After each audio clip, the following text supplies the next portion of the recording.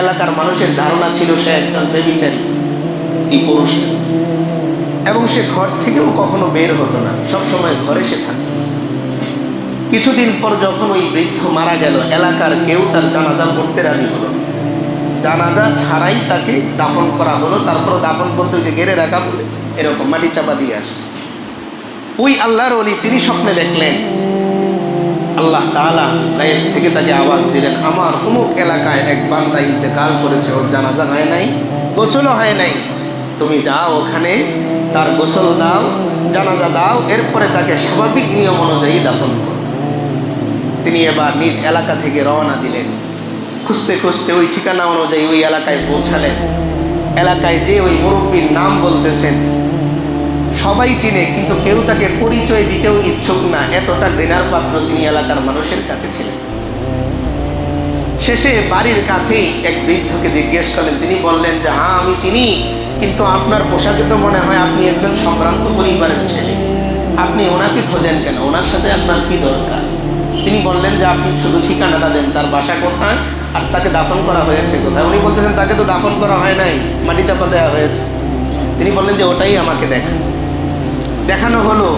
তিনি গেলেন, গিয়ে কবর খুঁজলেন, লাশ বের করলেন, গোসল দিলেন, কিছু মানুষকে অনুরোধ করে জানাজা পড়লেন। জানাজা পড়ে তিনি স্বাভাবিকভাবে দাফন করলেন। ওনার মনেও কৌতূহল, যেই মানুষটাকে এলাকার কোনো মানুষ পছন্দ করে না, সবাই তাকে ঘৃণা করে, এই মানুষের হাকিকত কি আমি বের করব, বাস্তবতা কি, তিনি কি এমন আমল করেছেন। এবার এলাকার মানুষের কাছে তথ্য নিলেন যে তার অপরাধ কি। এলাকার মানুষ দুইটা অপরাধের কথা বললো, যে বাকিগুলো আর বলা দরকার নেই, দুইটা বলি ছোট্ট করে। কি? এক নম্বরে সে এক প্রাপ্তবয়স্কা মহিলা নিয়ে এই বাড়িতে থাকে। দ্বিতীয় অপরাধ, তারে কোনোদিন নামাজ রোজা কিচ্ছু করতে দেখিনি, বাড়ি থেকে বেরই হয়নি। তিনি তার বাড়ির ঠিকানা নিয়ে বাড়িতে চলে গেলেন। বাড়িতে গিয়ে ওই প্রাপ্তবয়স্কা মেয়ে, তাকে তিনি নক করলেন। তিনি ভেতর থেকে সালামের উত্তর দিলেন। জিজ্ঞেস করলেন যে এই বাসায় যে আরো একজন মুরব্বী লোক থাকতো, উনি আপনার কি হন? তুই মেয়ে কান্না করা শুরু করছে। তিনি সন্দেহে পড়ে গেলেন যে তাহলে তো লোকের কথা ঠিকই মনে হয়, কিছু বলতেছে না যেহেতু, তার মানে কিছু ভেজাল আছে। কিছুক্ষণ পরে ওই মেয়ে উত্তর দিতেছে, তিনি আমার বাবা হন। কি হন? প্রথম প্রশ্নের সমাধান হয়ে গেল, কিন্তু লোকে ভাবছে কি যে সে অবৈধ নারী নিয়ে থাকে, অথচ ওই মেয়ে তার কি উদরের কন্যা। ওনার ভুল ধারণা ভেঙে গেল। প্রশ্ন করলেন যে আচ্ছা আপনার বাবা কোনো আমল করেছে? এলাকার লোকেরা তো বলে তিনি নামাজ রোজা কিচ্ছু করতেন না, তার আমল আসলে কি ছিল বলেন। এবার ওই মেয়ে জিজ্ঞেস করতেছে, আগে আপনি বলেন আপনি কে? আপনি আমার বাবার সম্পর্কে জানতে এসেছেন, এই এলাকার কেউ তো আমার বাবারে দেখতে পারে না, জানাজাও করে নাই, গোসলও দিতে দেয় না। তিনি বলতেছেন যে আপনি আমাকে চিনবেন না, আমি আল্লাহর এক বান্দা, তার সম্পর্কে জানতে এসেছি। তখন ওই মেয়ে বলতেছে যে আমার বাবা নামাজও পড়তেন, কিন্তু সমস্যা যেটা ছিল তিনি কোরআন পড়তে পারতেন না। তিনি কি পড়তে পারতেন না? কোরআন পড়তে পারতেন। তাহলে কি করতেন? এবার তিনি বলতেছেন যে প্রতিদিন রাত্রে আমার বাবাকে দেখতাম, তখন ওই যে ছিল কি বলে সলতা ছিল, সলতার মধ্যে আগুন ধরিয়ে, তখন ওই যে কুপি সিস্টেম আর কি।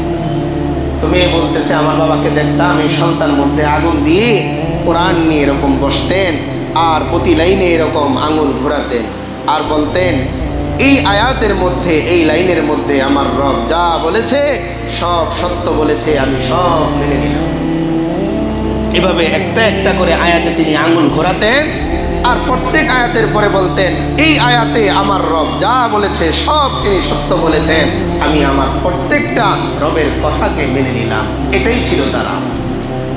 তখন ওই বুজুর্গ তিনি বলতেছেন যে তোমার বাবার এই ছোট্ট আমলটা আল্লাহর কাছে এত প্রিয় হয়েছে যে এলাকার মানুষ তারে দেখতে পারে না, কিন্তু আসমানের মালিকের কাছে তার নাম এন্ট্রি করা আছে জান্নাতি মানুষ হিসাবে। আমল কি ও ভাই, কি আমল! শুধু কোরআনের আয়াতের উপর দিয়ে আঙ্গুল বোলাতে। আমরা তো কোরআন অন্তত কিছু হলেও তো পড়তে পারি, অন্তত দুই একটা সূরা তো আমরা পারি, কিন্তু পড়ি না। নবীজি সাল্লাল্লাহু আলাইহি ওয়াসাল্লাম হাসরের ময়দানে আমাকে আপনাকে দেখতে আসবেন, নিজের উম্মতগুলো দেখতে আসবেন না? অবশ্যই দেখতে আসবেন। আমারে আপনারে যদি এইরকম দেখেন যে আমি নামাজ পড়ি না, আমার চেহারার মধ্যে সুন্নাত নাই, আমার দেহের মধ্যে সুন্নাত নাই, আমার জীবনে কোরআন তেলাওয়াত নাই, আমার জীবনে দরুদ নাই, যদি দেখেন কতটা কষ্ট তিনি পাবেন। আপনি গ্রামের মধ্যে শখ করে একটা বাড়ি করেছেন, খুব শখ করে, অনেক পয়সা খরচ করে, কিন্তু আপনি তো থাকেন শহরে, বাড়ি করেছেন কোথায়? গ্রামে। যে বছরে একবার যাবো, একটু দেখে আসবো, বাবা মার খবর থেকে তো ওখানে আছে, জিয়ারত করলাম, 1-2 দিন বাচ্চাদের নিয়ে বেরিয়ে আসলাম। এখন ওইখানে দায়িত্ব দিয়ে এসেছেন এক লোককে, বাড়িটা দেখাশোনা করুন।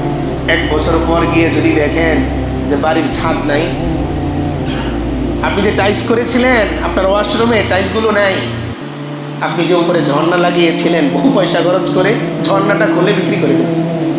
আচ্ছা বলেন তো, ওই গ্রামের বাড়ি দেখার পরে আপনার হৃদয়ের অবস্থা কি হবে বলেন তো? নবীজি সাল্লাল্লাহু আলাইহি ওয়াসাল্লাম ওনার এই ছোট্ট জিন্দেগিতে, খুব বড় জিন্দেগি তিনি নেন নাই, কতটা গুছিয়েছে। এই মক্কা মদিনা গেলে দেখে আসবেন কি স্মৃতি ওনার, কত কষ্ট, কত দুঃখ। জিবরিল আমিনের মাধ্যমে আল্লাহ প্রস্তাব দিয়েছেন, হাবিব আপনি যদি চান এই উহুদ পাহাড়টা আমি স্বর্ণ দিয়ে করে দিই, আপনি এখান থেকে খরচ করেন, তবু আপনি কষ্ট করেন না। নবীজি সাল্লাল্লাহু আলাইহি ওয়াসাল্লাম উত্তর দিয়েছেন, জিবরিল আমার আল্লাহকে বলো আমি উহুদ পাহাড় স্বর্ণে পরিণত হোক এটা চাই না, আমি চাই আমার প্রত্যেকটা উম্মতকে যেন আমার আল্লাহ হাশরের ময়দানে মাফ করে দেন। ওই নবীজি যদি হাশরের ময়দানে একজন একজন করে ডাকেন যে জয়নাল মার্কেটের বাসিন্দা অমুক, তুমি তো আমার উম্মত, আসো না তোমার একটু আমি দেখি, বলেন তোমার সাথে একটু হাতটা আমি মিলাই। চাই না আমরা হাতটা মিলাবো নবীজির সাথে? কে কে চাই একটু দেখান তো। আল্লাহ কবুল করেন। আল্লাহ তাআলা আমাদের প্রত্যেককে নবীজির খাঁটি আশিক হয়ে মৃত্যুবরণ করে তৌফিক দান। চাই তো আমরা এই হাতটা যে মিলাবো, কি নিয়ে মিলাবো? দেখবেন বোঝানোর জন্য বলতেছি, এই যে বাজারে একটা সিঙ্গাম পাওয়া যায়, ধান হয়, সেন্টার ফ্রেশ মনে হয় সম্ভবত, ওই অনেকে ইয়ং ছেলেরা যদি ভুল করে কোনো কিছু খায়, বাসায় যাওয়ার আগে 2টা মুখে দিয়ে দেয়। আমি তো নবীজির সাথে দেখা করব, ওখানে এরকম সিস্টেম থাকবে না। হযরত আয়েশা রাদিয়াল্লাহু তাআলা আনহা থেকে বর্ণিত হাদিস, যেই ব্যক্তি যেই অবস্থায় মারা যাবে, কত কঠিন কথা, যেই ব্যক্তি যেই আমলে যেই অবস্থায় মারা যাবে, হাশরের ময়দানে তুবাসু আলা নিয়াতিহি, তার নিয়তের উপর, তার ওই পজিশনের উপর তারে ওঠানো হবে। তার মানে আমি আমার পকেটের মধ্যে সিগারেটের প্যাকেট নিয়ে মারা গেছি, আল্লাহ মাফ করে দেন আমাদের। হাশরের ময়দানে আল্লাহ না করুক ওই প্যাকেটটা আমার পকেটে। নবীজি যদি দেখা করতে আসেন আর দেখেন যে আমার উম্মত আমার এই এত কষ্টের দিনকে এইভাবে ধোয়ার সাথে উড়াই দিছে, এইভাবে সেলুনে যেয়ে নাপিতের মাধ্যমে সব ফেলে দিছে, ও ভাই মাসলা চিন্তা করেন না, আপনি শুধু চিন্তা করেন নবীজি আপনার সাথে সাক্ষাৎ করতে আসছে আর আপনাকে জিজ্ঞেস করছে, ও উম্মত আমার এই কষ্টের দিন এইভাবে শেষ করে দিলা। কেউ কষ্ট নিয়েন না, আমি পায়ে হাত ধরে অনুরোধ করি, আমি কারো শত্রু না, সবার বন্ধু, আমার শুধু দায়িত্ব বলা। আশা করি কেউ কষ্ট নেবেন, এটা তো সত্য, নবীজিকে দেখা করবেন সত্য, এরপরে আমার হাত ধরে আমাকে নিয়ে এগোবেন কিনা সেটা নির্ভর করে আমার জীবনের উপর, কিন্তু আমাকে দেখতে আসবেন তিনি। আমার মুখের কথা না, নবীজি এর আগেও আমরা এই হাদিস বলেছি, নবীজি সাল্লাল্লাহু আলাইহি ওয়াসাল্লাম একদিন চোখ দিয়ে পানি পড়তেছে, সাহাবীদেরকে বলতেছেন আমার ওই ভাইদের সাথে যদি আমার সাক্ষাৎ হতো। হাদিস স্পষ্ট হাদিস। সাহাবীরা বলতেছেন ইয়া রাসূলুল্লাহ আমরা কি আপনার ভাই নই? নবীজি বললেন না, তোমরা আমার সাহাবী, আমার ভাই তো তারা যারা আমার অনেক পরে আসবে, আমাকে কোনোদিন তারা দেখে নাই, কিন্তু দিল থেকে আমারে ভালোবাসে, আমার বড় ইচ্ছা তাদের সাথে আমার একদিন সাক্ষাৎ হোক। নবীজির এই সাক্ষাতের আশা তো আল্লাহ পূরণ করবেন হাশরের ময়দানে, কিন্তু আমি যে হাতটা বাড়াবো, আমি যে নবীজির চেহারার দিকে তাকাবো, আমার নবীজি যে আমার দিকে তাকাবেন, ওই দিন কি আমি পারবো তার সামনে দাঁড়াতে? আমার বাবা ইন্তেকালের আগে যত্ন করে তার জায়নামাজটা আমার হাতে দিয়ে গেছেন, বলে গেছেন বাবা আমার এই জায়নামাজে তোমার দাদার সিজদার ঘ্রাণ আছে, অনুরোধ তুমি এই ঘ্রাণটা বেড়ে রেখো, এরপরে আমি ওই জায়নামাজটা জয়নাল মার্কেটের পিছনে বিক্রি করে দিলাম। বলেন তো হাশরের ময়দানে ওই বাবার সামনে দাঁড়ানোর ক্ষমতা আমার আছে? তাহলে যদি ক্ষমতা না থাকে, তাহলে যেই নবীজি বলে গেলেন উম্মত আমি তো চলে যাচ্ছি, তবে আমি যাচ্ছি না, আমি এই মদিনার জমিনে আছি তোমাদের তত্ত্বাবধায়ক হিসাবে, আমার এই আমানত দিন তোমরা রক্ষা করিল, বাল্লিগু আন্নি ওয়ালাউ আয়া। আল্লাহর হাবিব বলে গেছেন আমার প্রত্যেকটা উম্মত জিম্মাদার, আলা ওয়া কুল্লুকুম রাইন, আমার প্রত্যেকটা উম্মত জিম্মাদার, হাশরের ময়দানে তার জিম্মাদারি সম্পর্কে প্রশ্ন করা হবে। আল্লাহর হাবিব তো আমাকে জিজ্ঞেস করবে যে আমার এই দিনের আমানত তুমি কি রেখেছো, আমার এই সুন্নাহর আদর্শ তুমি কি আঁকড়ে ধরে রেখেছো। বলতে পারেন মাসআলা দিয়ে দিন বোঝার চেষ্টা করেন না, অনুরোধ আপনাদের কাছে। আমরা অনেকেই দিন মানতে যাই মাসআলা দিয়ে, মাসআলা টেকনিক এগুলো দিয়ে ব্যবসা হয়, আখিরাত হয় না। যদি বিশ্বাস না হয় তাহলে কোরআন হাদিস খুলে আপনি বসেন, আল্লাহর কি ঠেকা 80 বছর পরে আপনি তওবা করতেছেন, এই 80 বছরের গুনাহ এক তওবায় মাফ করবেন? আসেন না, আপনি যদি থিওরিতে আসেন তাহলে কি থিওরি আপনার? আপনি 5 বছর কোনো অফিসে কাজ করেন নাই, এরপরে এসে সরি বললেন, আপনার চাকরি হয়তো নবায়ন হইতে পারে, আমি ধরে নিলাম, হয়তো আপনার প্রভাবের কারণে হতে পারে, কিন্তু 5 বছরের বেতন আপনাকে দিবি বোনাস সহ। কিন্তু আল্লাহ বলতেছেন কুল ইয়া ইবাদিয়াল্লাযীনা আসরাফু আলা আনফুসিহিম লা তাকনাতু মির রাহমাতিল্লাহ ইন্নাল্লাহা ইয়াগফিরুয যুনুবা জামিআ ইন্নাহু হুয়াল গফুরুর রহিম। আল্লাহ বলতেছেন বান্দা থিওরির কথা চিন্তা করে নিরাশ হইও না। অপরাধ করছো, তোমার থিওরিতে মনে হয় 80 বছরের জিন্দেগি তোর শেষ, বৃদ্ধ বয়সে আল্লাহ মাফ করবেন। আল্লাহ বলেন থিওরি বাদ দেও, আসো আমার কাছে, আমি তো গফুর, আমি রহিম। থিওরির বাইরে তোমার জিন্দেগির সব গুনাহ মাফ করে দিই, থিওরির বাইরে।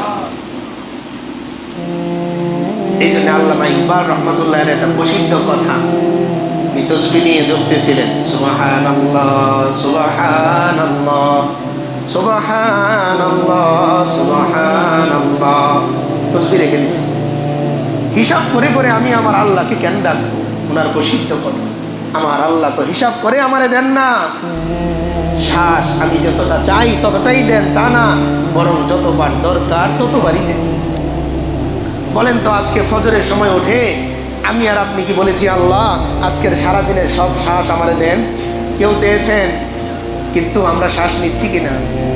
সকালে উঠে কি বলেছেন আল্লাহ আমার এই চোখ যাতে সারাদিন সুন্দর করে দেখতে পায়? বলেছেন? দেখে কিনা? বলেছেন আল্লাহ আমার এই 2টা হাত যেন কাজ করে? বলেছেন? কিন্তু করে কিনা? চান নাই। থিওরি দিয়ে দিন আপনি কখনো পারবেন না, থিওরি দিয়ে আপনি কখনো দিন বুঝতেও পারবেন না, মানতেও পারবেন না, বারবার ধরা খাবেন। আপনি শুধু জিজ্ঞেস করলেন হুজুর এটা কি ফরজ, এটা কি ওয়াজিব, এটা কি সুন্নতে মুআক্কাদা, কি মুস্তাহাব? না, মুমিনের এই প্রশ্ন না। হ্যাঁ আপনি জানবেন, দিন জানবেন, কিন্তু মানার ক্ষেত্রে ক্যাটাগরি ভাগ করবেন না। সুন্নাত আমার নবীজি তো করছেন আমি করব, সুন্নত বলে আমি ছাড়বো না। মুস্তাহাব আমার নবীজি জীবনে কখনো করছেন, আমিও করব। হযরত আব্দুল্লাহ ইবনে আব্বাস রাদিয়াল্লাহু তাআলা আনহু নবীজি সাল্লাল্লাহু আলাইহি ওয়াসাল্লাম একবার বসে বসে নফল নামাজ পড়ছেন, অসুস্থতা ছাড়া বসে বসে পড়ছেন। আব্দুল্লাহ ইবনে আব্বাস রাদিয়াল্লাহু তাআলা আনহু এই আমলটা মাঝে মাঝেই করতেন। রমজানের শেষ দিকে ওই বেজর রাতগুলোতে 2 রাকাত নফল নামাজ সামর্থ্য থাকার পরে বসে বসে পড়তেন। আব্দুল্লাহ ইবনে ওমর রাদিয়াল্লাহু তাআলা আনহু তাকে বললেন ও আব্দুল্লাহ ইবনে আব্বাস আপনি তো সুস্থ মানুষ, আপনি বসে বসে নামাজ পড়েন কেন? দাঁড়িয়ে পড়লে তো সওয়াব বেশি।